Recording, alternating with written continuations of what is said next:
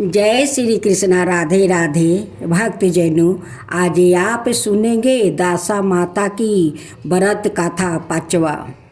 एक राजा की दो रानी थी। रानी की प्यारी रानी को लक्ष्मी कहा जाता था और दूसरी रानी को रानी होने पर भी कुलक्ष्मी कहा जाता था। एक दिन लक्ष्मी रानी क्रोध होकर लड़की का पाटा ले मालिन के कपड़े पहन कर वो कोप भवन में जा लेटी। राजा ने लक्ष्मी से पूछा, तू कोप भवन में क्यों पड़ी हो? तुम क्या चाहती हो? रानी बोली, कुलक्ष्मी को देश से निकाल दिया जाए। कुलक्ष्मी रानी थी, इसलिए उसे निकाल देने से राजा की बदनामी होने का डर था। इसलिए रानी को पीहर छोड़कर आने की बात सोची गई। राजा ने पटरानी को एक रथ में सवार कराया और सवाए घोड़े पर चढ़कर वो रथ के साथ चलने लगा। एक बिहार जंगल में पहुंचकर राजा ने रथ को रुकवाया। पालकी वाले दोनों को वहाँ से हट जाने को कहा गया। राजा रानी को उस जंगल में छोड़कर घोड़े पर सवार होकर अपने महल में आ गया। कुलक्ष्मी को बाट जोहते सारी रात बीत गई। रानी को प्यास लगी। वह रथ से उतरकर पानी के तलाश में वो चल दिया। रानी ने आसपास पानी खोजा, परंतु उसे कोई जलाशय नहीं दिखाई दिया। रानी ने एक सारस के जोड़े को एक तरफ जाते देखी। रानी कुलक्ष्मी सारस के वो जोड़े के पीछे चल दिया। चलते चलते वह एक नदी के किनारे पहुंच गई। रानी ने सोच आदि से निमृत होकर उसी नदी में स्नान किया और जल पीकर अपनी प्यास बुझाई। उस समय कुछ अनाई स्त्री भी स्नान कर रही थी। स्नान करने के बाद उन स्त्रियों ने दासा माता का डोरा लिया। उनके पास एक डोरा बच गया था। उन्होंने रानी से डोरा लेने का अनुरोध किया। रानी डोरा लेकर अपने रथ में आकर बैठ गई। दासा माता ने रानी की परीक्षा लेने के लिए एक बुढ़िया का वो भेष धारण करे उसके रथ के पास आ गई। वह रानी से बोली कि बेटी, यहाँ बैठी क्या कर रही हो?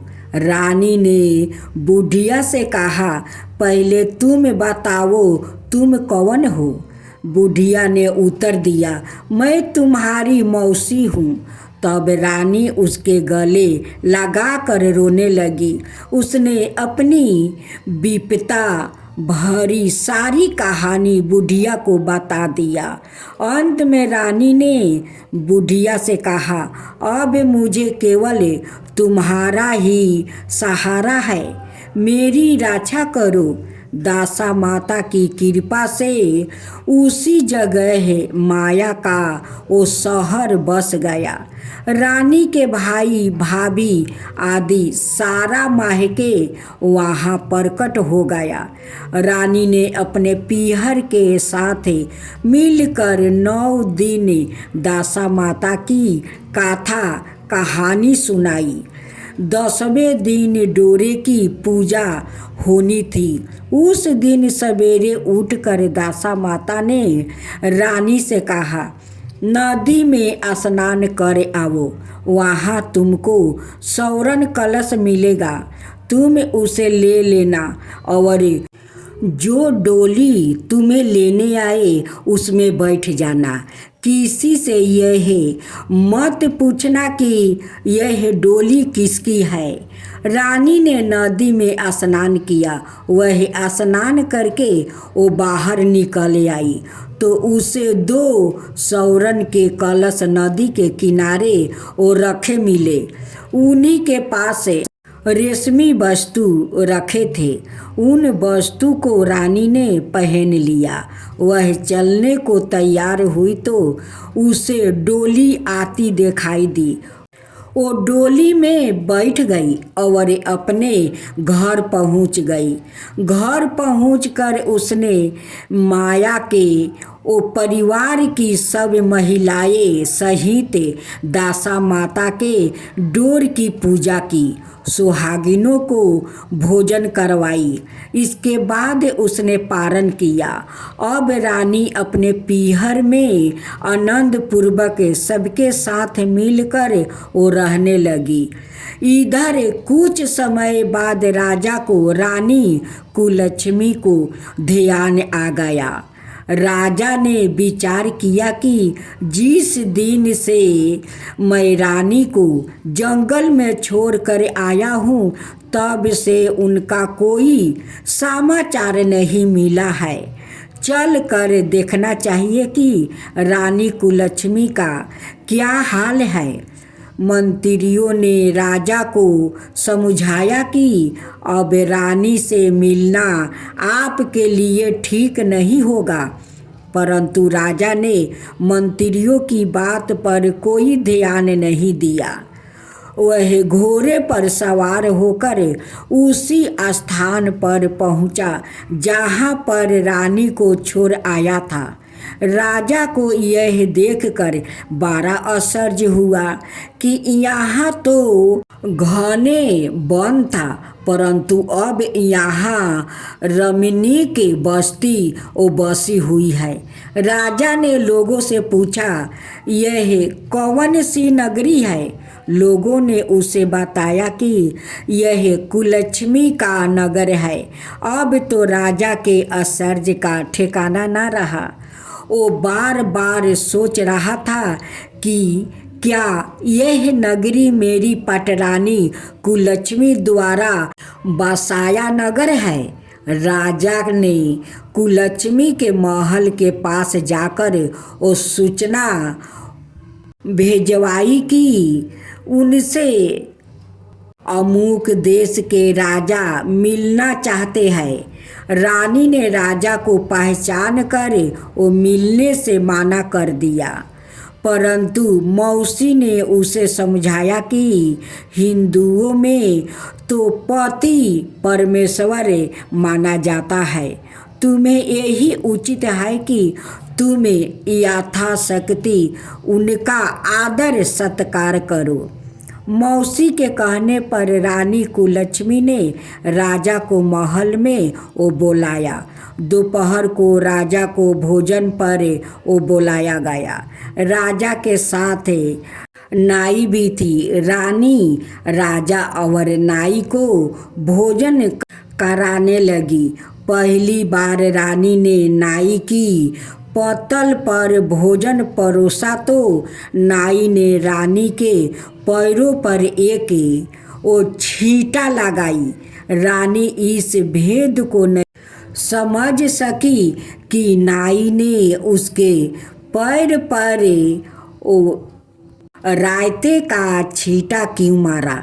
रानी दूसरी बार पोशाक बदल कर फिर आई। राजा मन में सोचने लगा कि यहाँ तो बहुत सी रानी है, सबकी शक्ल एक जैसी है, मैं अपनी रानी को कैसे पहचानूंगा। आकर राजा ने नाई से कहा, यहाँ तो कई रानी है, मैं अपनी रानी को कैसे पहचानूं।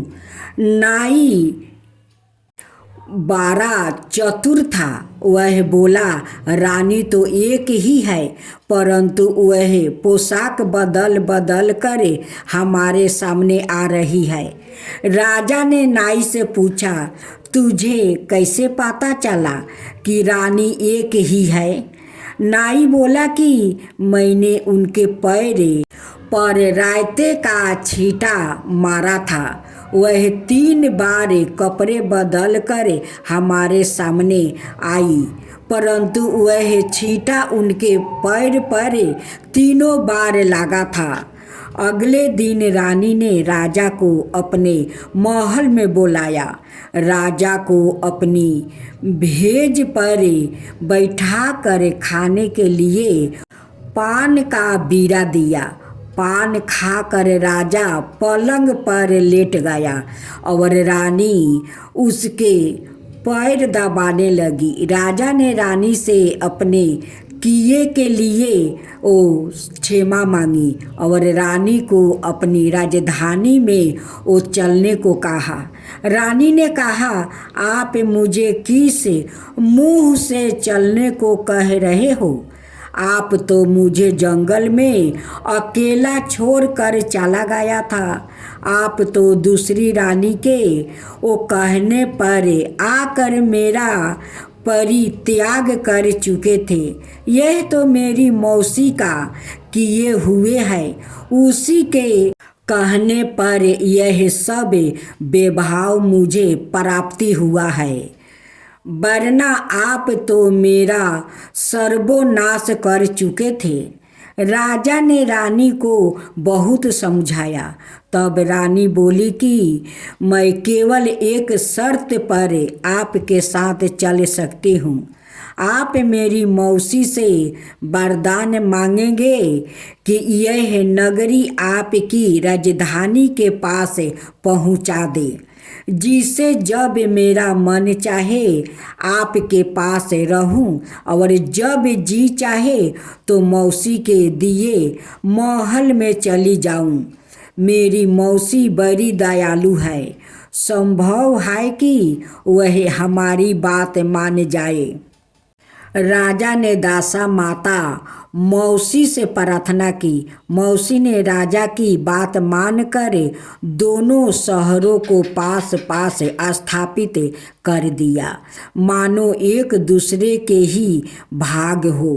राजा ने दासा माता की कृपा का वो फल जानकर शहर में ढिढोरा पिटवाया कि उसकी प्रजा दासा माता की पूजा किया करे। भगवती दासा माता ने जिस प्रकार कुलक्ष्मी पर दया करी, वैसे ही दया सब जनों पर करे।